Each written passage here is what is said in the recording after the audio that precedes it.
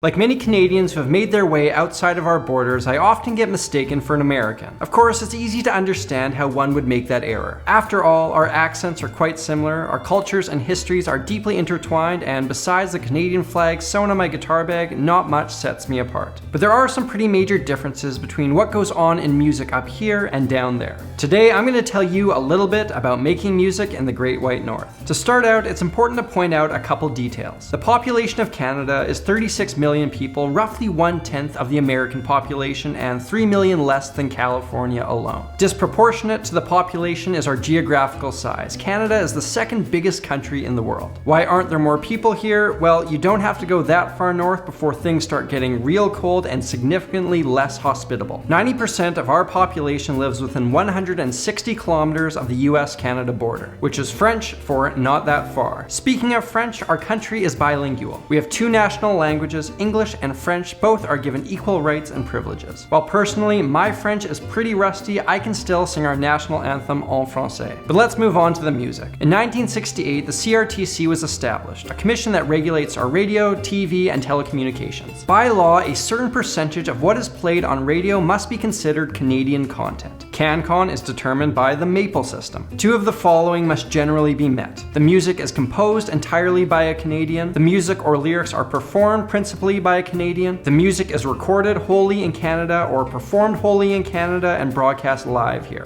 Or the lyrics are written entirely by a Canadian. Now, to some people, this might seem like a slap in the face to the good old free market. Let the consumer vote on what they want with their wallets. We don't need the government telling us what to listen to. Okay, but there's a counter argument there too. There's value in culture and art. Having music made by Canadians is good for Canada. And as a Canadian artist, there are some significant disadvantages I face compared to my American counterpart. The CRTC is there to help level that playing field. There's no doubt that most of the biggest entertainment stars come from the States, and by default, their music will find its way into the homes of Canadian listeners. An artist here can have a real tough time getting to that level. Legally, we can't just move to LA, start gigging, and build a fan base, which will make it much harder for me to get on the radar of a powerful record executive or the like. Since by law, our radio must play Canadian artists, it gives us a chance to grow, even if it's just within Canada. On top of that, there are a number of organizations that offer government grants to artists. Factor is the biggest one that will fund Canadian artists from the starting stages right up to the top. This enables the starving artists to invest money in recordings, videos, and touring. These dollars would traditionally be supplied by big American record labels, which few of us ever gain access to. That's a big reason why there are so many great Canadian artists at all levels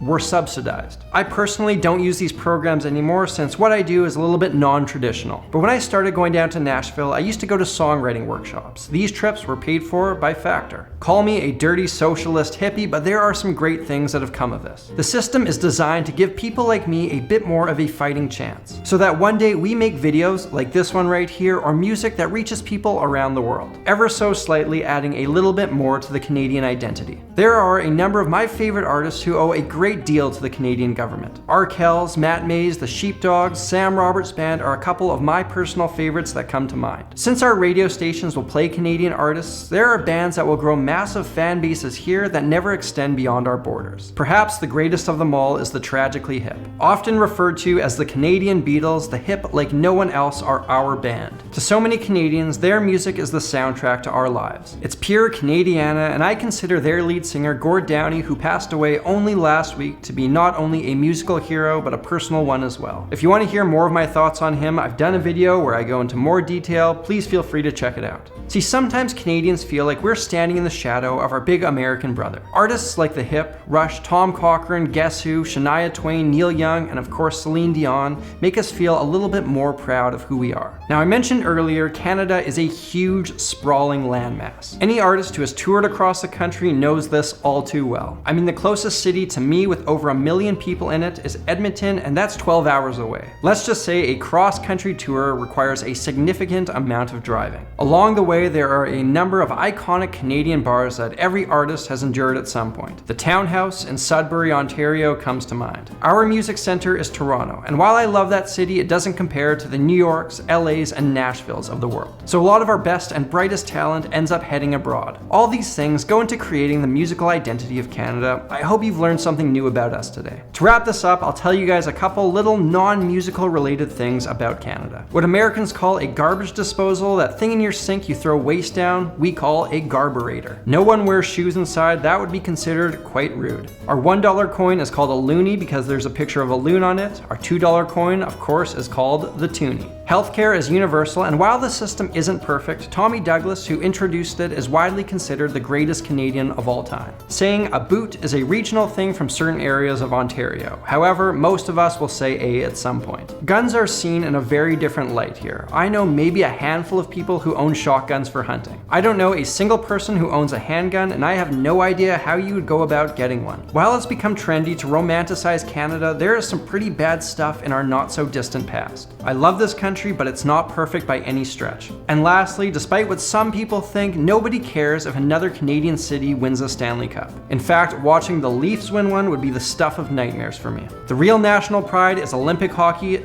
Don't even get me started on that one. That's all today. Thank you guys for watching, and I hope you enjoyed this video. Thank you all to everyone who supports me through Patreon. You guys have made it possible for this Canuck to do what he loves for a living. For that, I am truly grateful. Until next time, head up, keep your stick on the ice. I'm Samurai Guitarist, and I will see you again soon.